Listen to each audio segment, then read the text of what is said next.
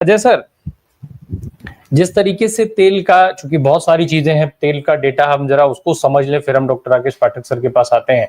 Ajay sir, तेल जो ये पाबंदी लगने जा रही है, जो हरमुज के बंद होने की बात है, कितना इफेक्ट पड़ेगा दुनिया में इससे? क्या वास्तव में जिस तरीके से लोगों की चिंताएं हैं, तमाम देशों की चिंताएं हैं, उतना प्रभाव होने जा रहा है? ईरान की इस बंदी और ट्रंप की इस नासमझी को दुनिया भुगतेगी? अजय सर। जी जी, राम प्रकाश जी, धन्यवाद। देखिए, तेल को लेकर दो बातें, एक तो हिंदुस्तान पे कितना असर पड़ेगा और एक दुनिया पे क्या पड़ेगा। तो दुनिया के हिसाब से तो एक 1/5 ऑफ द ऑयल वो खाड़ी देशों से जाता है। तो वहां पे जो देश खाड़ी के तेल पर निर्भर हैं, उनको तो बहुत ज्यादा फर्क पड़ने जा रहा है। अब भारत का मैं आपको डेटा मैं आगे दिखा दूंगा, क्योंकि भारत का भी हरदीप सिंह पुरी जी ने भी कहा है कि हमें फिलहाल कोई खास चिंता नहीं है, क्योंकि हमारे पास ऑल्टरनेट सोर्सेज तैयार बैठे हुए हैं। लेकिन बात एक तो अवेलेबिलिटी ऑफ क्रूड की है और दूसरा प्राइसेस की। तो प्राइस अगर स्पाइक कर गया तो वो हमारे लिए और भी ज्यादा चिंता की बात होगी। तो मैं आपको 2-3 स्लाइड्स मैंने बनाई थी इस प्रोग्राम से पहले, मैं दिखा देता हूँ। जैसे आपने कहा 20 मिलियन बैरल, ये आता है खाड़ी देशों से, जो दुनिया का 1/5वां हिस्सा है, और 1/3 हिस्सा गैस का इस जगह से आता है।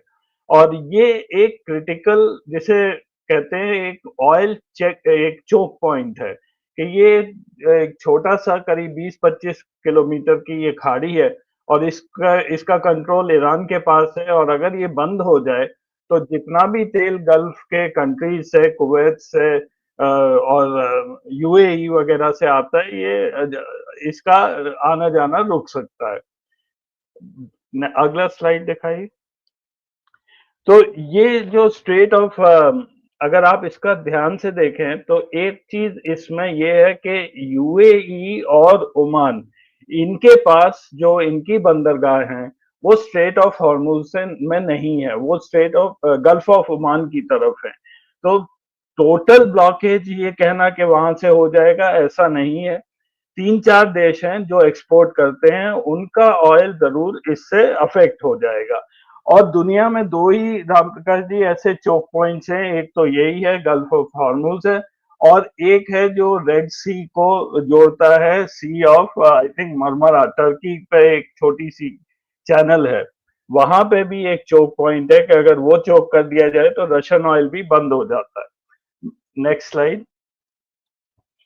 ये ये प्राइसेस का मैंने निकाला था, ये ऑलरेडी जंप कर गई हैं पिछले 2-3 दिन में। $59 पर बैरल था, ये आज 76 पहुंच गया है। और ये सिर्फ इसीलिए है कि जो टेंशन चल चल रही है, और ये भारत के लिए भी ये देखना इस प्राइस राइज को बहुत जरूरी है, क्योंकि अभी तक मोदी सरकार को ये एक सहूलियत सी मिली हुई थी कि उनके 10-11 सालों में तेल की कीमतें बहुत ज्यादा जंप नहीं की हैं, जैसा कि यूपीए 2 के समय मनमोहन सिंह जी के टाइम हुआ था, तब $100 प्रति बैरल से ऊपर पहुंच गई थी। अब मैं लास्ट में आपको बात दिखा देता हूं भारत पर क्या असर पड़ेगा। अगला स्लाइड दिखा दीजिए। तो हमारा जो कंजम्पशन है वो रफली 5 मिलियन बैरल्स पर डे का कंजम्पशन है। Next slide. ये टेबल अगर आप ध्यान से देखें तो हमारा 27% ऑयल, 27 या 28%, ये आता है गल्फ से। और जैसा मैंने कहा, यूएई और ओमान ये तेल एक्सपोर्ट करते रहेंगे, क्योंकि गल्फ ऑफ ओमान से ये एक्सपोर्ट करते हैं, तो यहाँ स्ट्रेट ऑफ हॉर्मुज का इन पर अफेक्ट नहीं होगा। तो कुल मिला के आप अगर इन्हें हटा दें तो 16-17% हमारा तेल जो है वो रुक सकता है स्ट्रेट ऑफ हॉर्मुज से, और बाकी जगह से हमारा 70-72% हम तेल इंपोर्ट करते हैं। तो इसका हरदीप सिंह पुरी ने कहा है कि हमने फिलहाल ब्राजील से बात कर ली है और यूएस से बात कर ली है, वहां से हम लोग इस तेल की भरपूर्ति कर लेंगे। राम प्रकाश जी। जी, अजय सर आप कुछ कहना चाह रहे थे वो कहिएगा, साथ में एक और चीज़ मैं पूछ लूँ आपसे।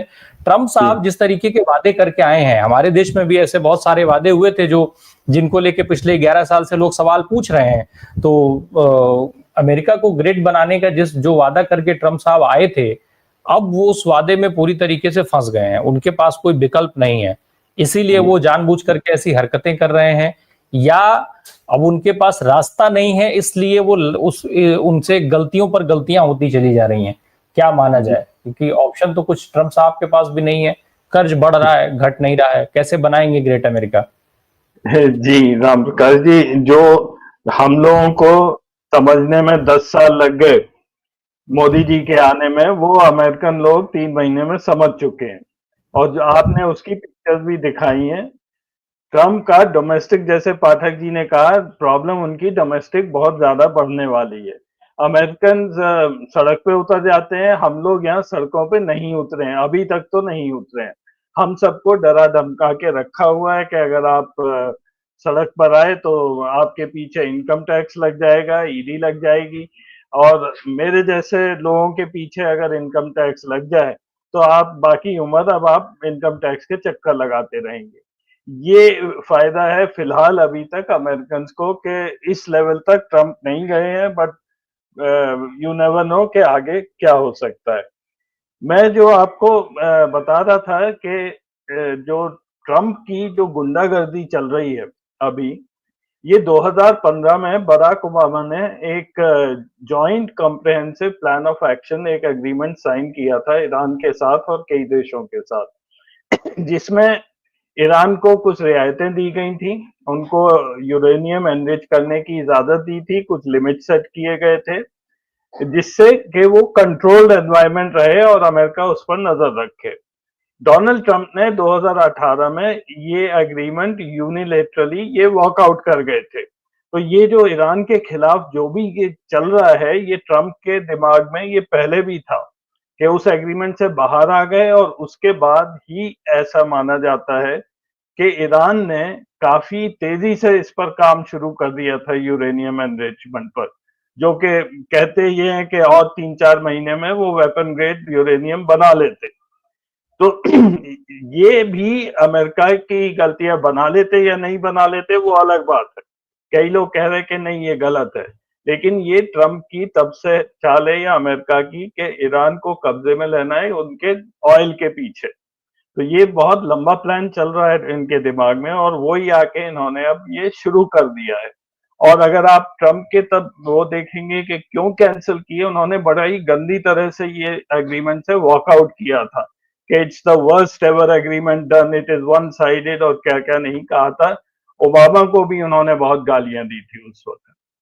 तो ये एक बैकग्राउंड भी पता होना चाहिए कि ट्रम्प जो अपना हीमैन इमेज लेके आजकल चल रहे हैं कि मैं इसको मार दूंगा, उसको मार दूंगा, वो सब लौट के उनको डोमेस्टिक में ज्यादा फेस करना पड़ेगा। राम प्रकाश जी।